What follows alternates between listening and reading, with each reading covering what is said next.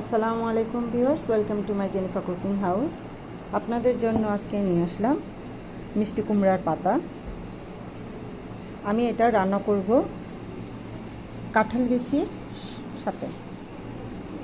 কাঁঠাল বিচি এগুলো আগে থেকে সেদ্ধ করে রেখেছি এবং এখানে চিংড়ি মাছ, পেঁয়াজ, রসুন এবং শুকনো মরিচ রেখেছি। আমি এগুলোর সাহায্যে আজকে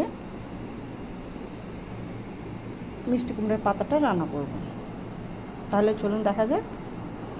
আমি এগুলোকে ভালোভাবে কুচি করে রেখেছি, দেখতে পাচ্ছেন। এবার কুচি করলাম।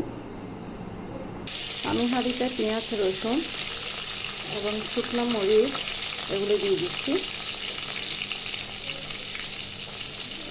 সাথে চিংড়ি মাছটা দিয়ে দিচ্ছি।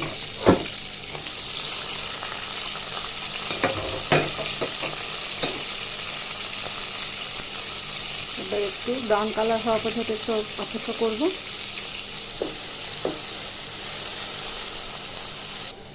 আমার এগুলো ব্রাউন কালার হয়ে গেছে।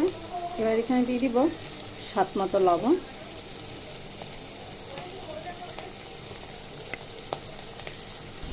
এখানে 1 চামচের মতো হলুদ গুঁড়ো দিয়ে দিচ্ছি এবং 2 চামচের মতো মরিচের গুঁড়ো দিয়ে দিব।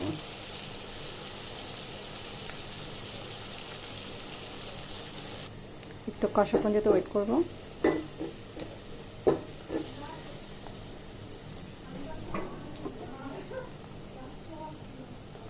এখানে একটু অল্প পরিমাণের পানি অ্যাড করব। এরপর এখানে আমি কাঁঠাল বিচিগুলো অ্যাড করব। আমি কাঁঠাল বিচিগুলো একটু সেদ্ধ হওয়া পর্যন্ত অপেক্ষা করি।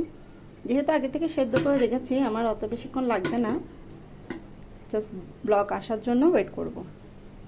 আমার এগুলোতে ব্লক চলে এসেছে। এবার আমি মিষ্টি কুমড়ার পাতাগুলোকে ঢেলে দিব।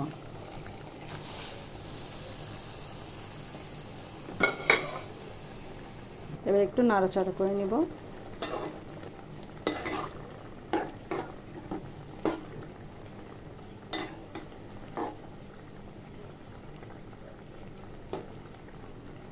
একটু সেদ্ধ হওয়া পর্যন্ত অপেক্ষা করব। দেখেন কেমন হয়েছে। আমার এগুলো সেদ্ধ হয়ে গেছে। তৈরি হয়ে গেল আমার মিষ্টি কুমড়ার